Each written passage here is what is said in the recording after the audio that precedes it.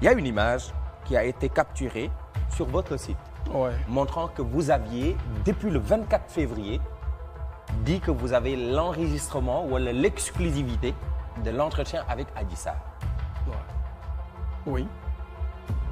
Oui. C'est prédicateur, quoi. Je veux dire, il y a une préméditation de l'entretien que vous avez. Donc, je ne sais pas comment, par quelle procédure, Mougini, image Bagini, il y a Leral qui a été vraiment souligné, entretien exclusif avec Adji Sarr et ses révélations mouillantes. Est-ce que lii la ñu seetaan ñun? D'accord. lii moo njëkk lépp. D'accord. lii jour bi nga xamante ni Ousmane Sonko def na déclaration bi la ci jour bi. la ñu def post bi. boo xoolee sax ci image bi nga xamante ni Ousmane Sonko mu ngi toog di def déclaration bind nañ ci suuf en gros caractère sax même ñu ni Adji Sarr va répondre à Ousmane Sonko dans un instant sur Leral. bi mbir mi amee man j'ai appelé un ami bu nekk ci suba si dama woo sama benn xarit boo xamante ni xam naa ko ci Ousmane Sonko ma woo ko ne ko journal bi kat génnee na benn information boo xam ne bëgg naa ci def ay recherche bëgg naa ci am lu ma leer. Il m'a donné le numéro de Ousseynou Ly.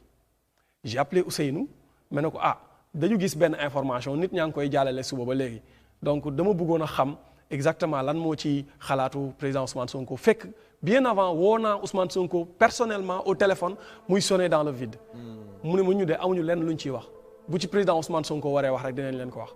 ma ne ko d'accord ci ngoon gi vers 18h 19h lañ ma wax ne ma Ousmane Sonko dina def déclaration.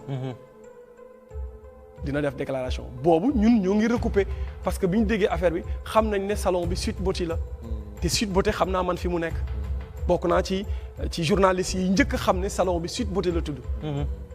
te bokk naa ci journalistes yi njëkk a xam salon Sweet Beauté boobu fan la nekkee parce que quoi qu'on puisse dire aussi ci Dakar laa dëkk. xam naa Sweet Beauté avant muy nekk Sweet Beauté ñan ñoo fa nekkoon ban kër la woon ñan ñoo fa dëkkoon. mais bi ngeen di bind lii ci seen site da ngeen a amoon entretien bi wala amagu leen ko woon wala da ngeen amoon confirmation d'entretien. non boobu amuñu confirmation d'entretien li ma la wax. ci côté Ousmane Sonko. mais vous avez montré en disant en exclusivité parce que dañu ko am l'entretien avec Adji Sarr. boobu beneen enregistrement la. mais def ngeen ko ba pare. boobu bu ñu enregistrement bu ñu def la ba pare. boobu def ngeen ko ba pare boobu def nañ ko ba pare. ça n'a rien à voir avec ce que nous avons regardé. ça n'a rien à voir. jour bi Adji Sarr waree def déclaration gis nga benn image boo xamante ni dafa muuru. ñu ne Adji Sarr mooy bi ngeen njëkk a posté. mooy bi ñu njëkk a posté image boobu noonu. waaw c'est l'entretien exclusif de Adji Sarr. gis nga cette affaire là Pape Sidi.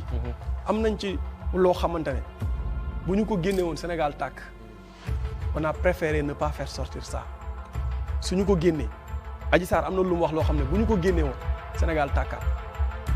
wala bu ñu ko génne woon ci jour boobu Sénégal tàkk avant tàkk bii nii ñu ne leral.net ñoo taal Sénégal génnewuñ ko on a des choses yoo xamante ni ñu ngi ko denc génnewuñu ko amul kenn ku ñu ko jox ñun ñoo def suñu démarche bopp ba am yooyu noonu. te man je pense que je trouve normal un journaliste situation bu xewee mu def ay recoupement. ni ñu def ba dem kër Adji Sarr ni ma def ba woo Ousmane Sonko jotuma ko ma woo Ousseynou Ly mu ne ma duñ ci def déclaration noonu laa def ba ñu am Adji Sarr. li ngeen xam bu ngeen ko génne woon Sénégal tàkk lan la ay révélation yu. ay révélation yu Adji Sarr def la wala. lan la en tout cas Pape Sidi man c'est des révélations que Adji Sarr a. foofu daal laa xam ne dama lay wan ay images. Après avoir obtenu cet entretien avec Adji Sarr, beaucoup de gens se sont posé la question et ont même démontré que c'était pas en direct. un montage la parce que dañu gis heure bi dafay varier en fonction de si même timing bi ñu doon seetaan. On va regarder des images. Est-ce que entretien bi ngeen doon def ak Adji Sarr mooy bi Sénégal yëpp xam. Est-ce que c'était en direct?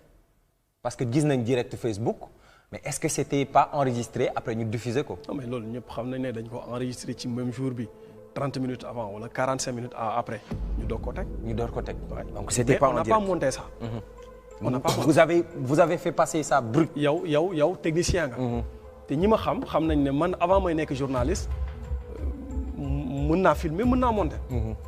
d'accord ak lu ma nul ci montage aussi xam naa montage bu baax.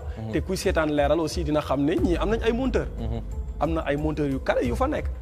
mais on n'a pas monté ça on n'a pas voulu monter ça ni ñu ko jëlee noonu la ñu ko jàllalee. On va regarder des images qui ont vraiment pour attirer l'attention de pas mal de personnes. Par exemple, il y a le logo de leral.net, c'est toutes les images de Adji Sarr, il y a ça. Mais on s'est posé énormément de questions. On a vu les gens qui sont adeptes de la théorie de complot. Dañuy faral di wax nañu Adji Sarr micro dafay am fu mu jaar am récepteur da ngeen ko takkaloon. C'est-à-dire da ngeen ko takkaloon oreillette pour muy dégg li ngeen koy wax. Négatif. da ngeen li feuille bi ci kanamam da ngeen ko bindaloon li muy wax pour muy sëgg di lire. du négatif du ñun ñoo ko bind. yéen bindu leen ko. waaw fii. mais am na ñun bi ñëwee image yi. li tax ñu am ko. parce que peut-être ñun ñoo ko njëkk a génnee. mais y avait d'autres personnes yu fa nekkoon am image yi. am na yeneen organe am na yeneen organes yu fa nekkoon ci biir kër gi am na yeneen organes yu fa nekkoon il y avait le groupe GFM amoon na TFM mu ngi fa woon ak RFM ak l'Observateur. Il y avait le groupe E-Média Khalifa Diakhaté était là-bas. Le On a entendu la voix de Khalifa. Voilà, exactement. Il y avait le groupe E-Média. Il y avait Salma de Le Monde, journal Le Monde. ak ñun ñoo fa nekkoon.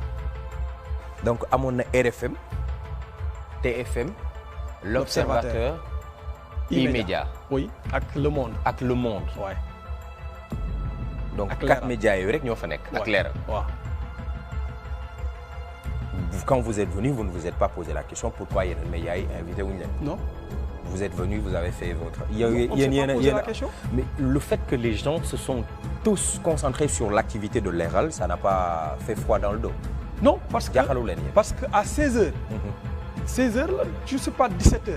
la ñu bind ne suivez en direct Adji Sarr sur Leral TV. ñëpp xam nañ ba 18h sama téléphone da doon explosé ñëpp naan kañ lay daw est-ce que dëgg la est-ce que du dëgg. donc ñun bi ñu xamee ne Adji Sarr dafay wax rek on l'a posté. pour attirer nit ñi wax leen ne leen Adji Sarr mi ngeen doon wër dina wax tey ñun dinañ ko teg.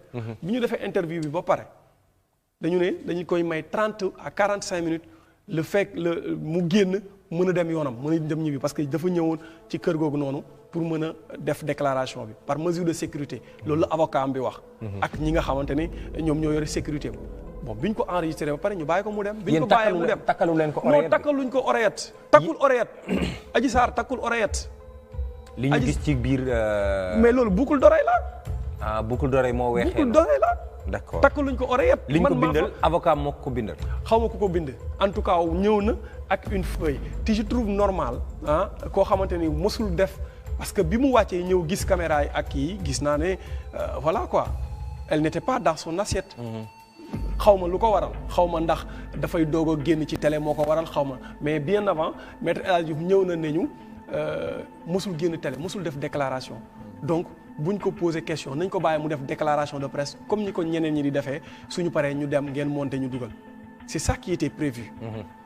bi mu commencé di wax maître El Hadji Diouf gis ne mu ngi génn am na loo xamante ne waru koo wax am na loo xamante ne war na ko wax mu ne ko noppil du foofu. léegi Khalifa Diakhaté ne muy wax waxu Sidi Ahmed Mbaye. voilà exactement bi muy expliqué mu ne ko yooyu ay détails la Khalifa Diakhaté ci la ne ko bàyyi ma posé ko ay questions ci la ko commencé di ko posé ay questions boo xoolee deuxième partie wu Leral bi ñu koy posé question muy répondre ci la gën a sentir à l'aise sax parce que boobu sëggul woon ci feuille bi ñu ngi koy laaj muy tontu mais première partie bi muy sëgg ci feuille bi boobu dañu ne woon sax duñ ko génnee ma ne non comme jël nañ lépp dañ génne lépp lu ñu génnee lépp lu ñu jël nañ ko génnee mais buñ ci monté dara. loolu tax ngay gis bi maître El Hadji Diouf di intervenir ñu bàyyi ko ci noonu loolu tax ngay gis bi Salma di poser question nga koy dégg maître El Hadji Diouf naan ko non du foofu lii la donc yooyu noonu bon moom moo tax mu génn foofu noonu. On vous a payé pour faire ça ou bien? Non. Du public reportage. Négatif. Parce que dañu gis ne après. bi ñu dem taxi lañ jël. bi ñu dem taxi lañ jël suñu propre xaalis bi ñu ñëw taxi lañ jël suñu propre xaalis. Parce que on a vu après les mêmes éléments qui ont été diffusés à la Sen TV je sais pas ak beneen télé mais ci suuf dañ ci bind public reportage ce qui veut dire que en langage journalistique xam nañ lan mooy public reportage dañuy jàllale lii waaye jàllale wuñ ko ci en titre d'information dañ koy jàllale parce que dañ ñu fay.